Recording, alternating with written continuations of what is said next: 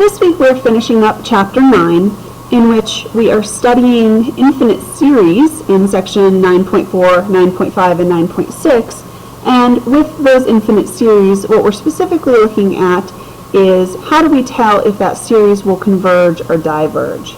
And today we look at two different tests that might help us make that decision. So the first test is called the divergence test. And here's what the divergence test says. It says that if you have an infinite series, a sub k, and that series does converge, then its limit as k approaches infinity will equal 0. Okay, so that's sort of statement number 1, conclusion number 1 from the divergence test. Statement number 2 says, sort of in the opposite order, switching the conclusion and the premise around, that if the limit of this series a sub k as k approaches infinity does not equal 0, so it's switching these statements around, and then also it's looking at the negative. So if it does not equal 0, then the series diverges. Okay, so with each of these two statements, the second one is really the important one. Because if you were given a series, an infinite series, and you found its limit as k approaches infinity, and you came up with something that was non-zero, then you could automatically conclude that that series would diverge.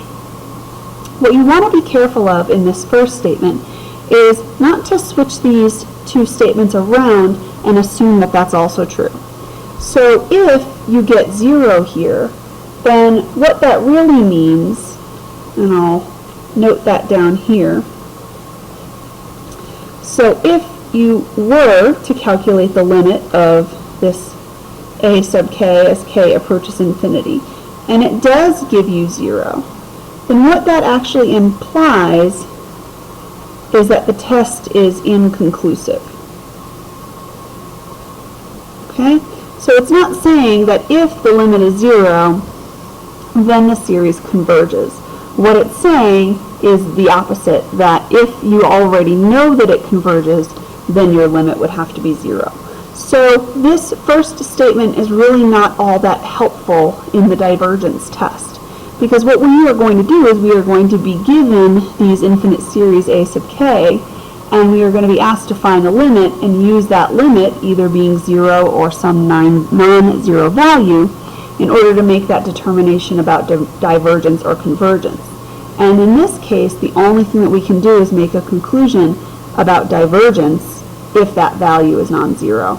Otherwise, we would say that the test is inconclusive. Moving on to the integral test, which is the other test that this section focuses on.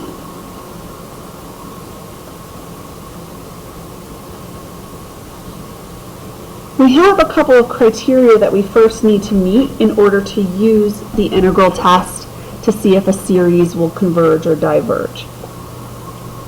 With the divergence test, there really were no criteria to meet. We could use it for any infinite series.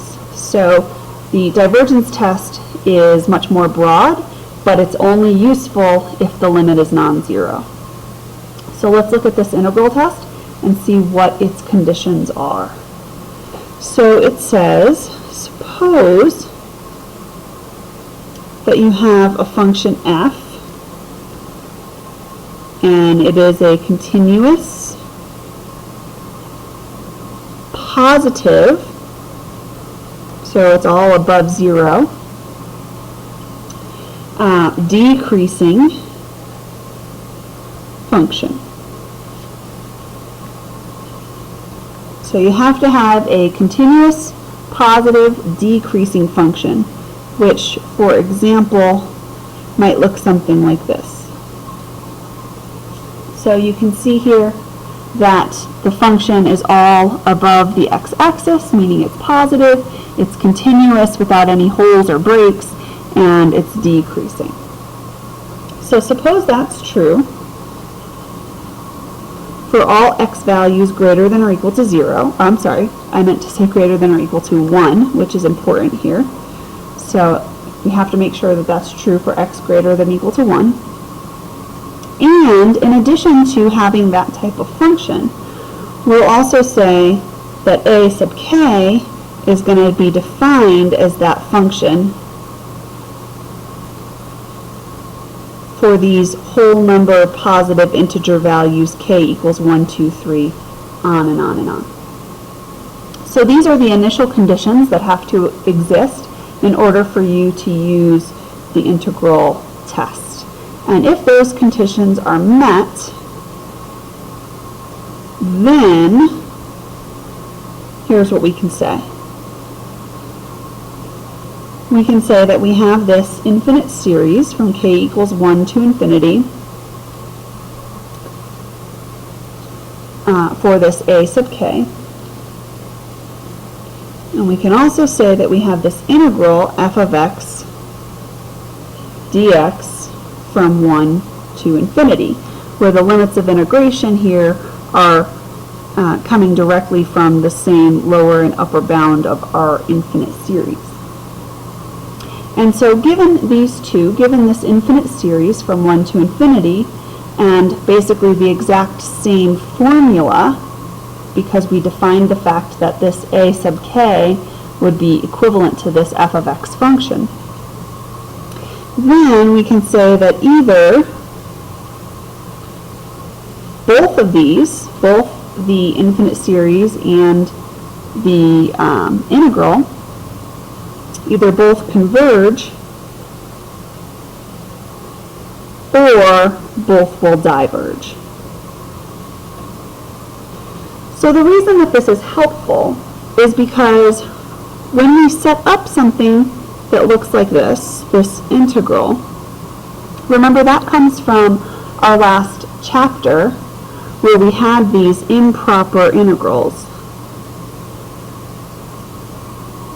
So we should be really familiar with setting up and evaluating these improper integrals where one of the limits of integration is infinite.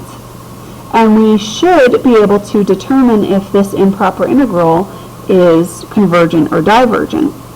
Based on that conclusion, whichever one we get, we can then automatically assume that the same infinite series with the same limits and the same exact expression is also either convergent or divergent, depending on whatever answer we get here. So the thing that we want to be careful about is that the convergent values will not necessarily be equal.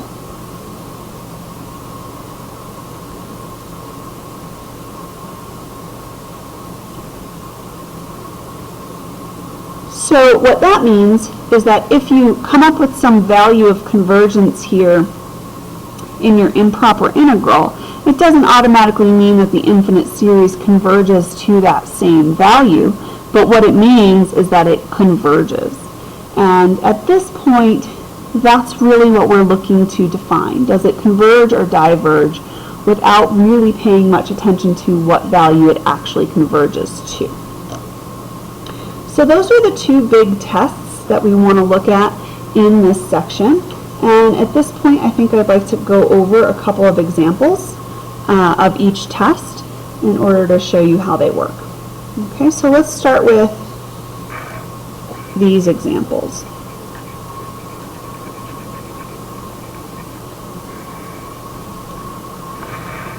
So my first example, we're going to be given the infinite series starting at k equals 0 and going to infinity. And then our formula will be k over 2k plus 1. So the first thing that I'm going to do is I'm going to apply the divergence test. Because with the divergence test, I have no criteria to be able to use it. You can use it on anything. So in applying the divergence test, what I'm going to be doing is I'm going to be taking the limit as k approaches infinity of k over 2k plus 1. And if I were to evaluate this limit, I would have infinity over infinity, which means that L'Hopital's rule has to be applied. And when I do L'Hopital's rule, take the derivative of the top and the bottom, I'm going to get 1/2. So that's my limit. Let's talk about what that means in terms of do these series, these infinite series, converge or diverge?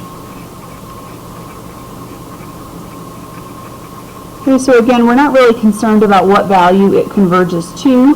We just want to know if it does converge or diverge. And if we go back to our divergence test, we're looking at a limit which is non-zero. And anytime you have a limit that is non-zero, the divergence test can allow you to conclude that this particular series has to be divergent based on that result. So the test is as easy as that. Let's look at another scenario of the same type. I'll squeeze it in on the bottom here. And let's say we start at k equals 0, go to infinity, and our formula is 1 over 1,000 plus k. So again, I'm going to use the divergence test and see if that gets me anywhere.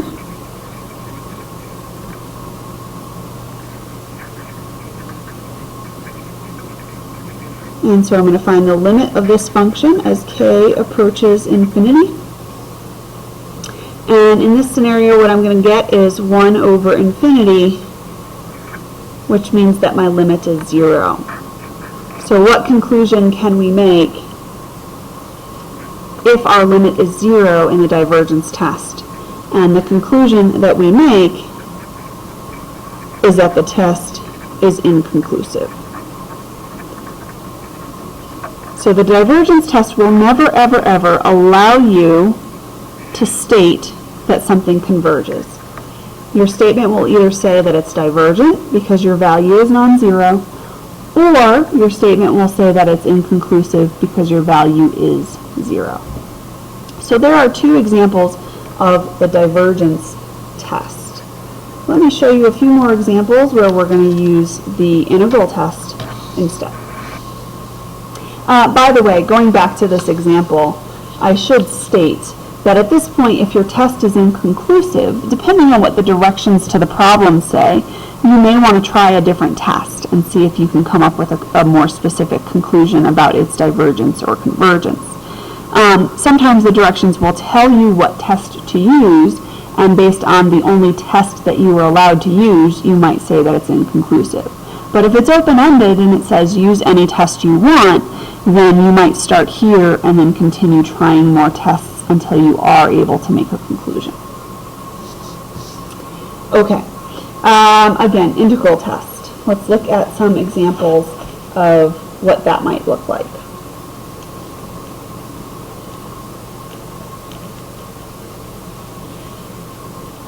So here I'm specifically going to say use the integral test.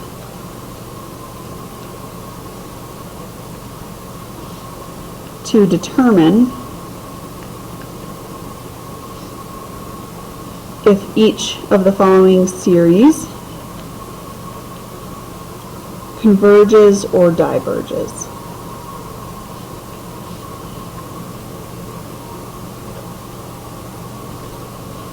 So my first example, I'll have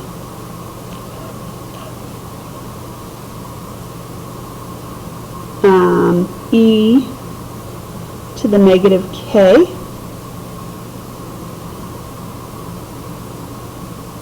from k equals 2 to k equals infinity.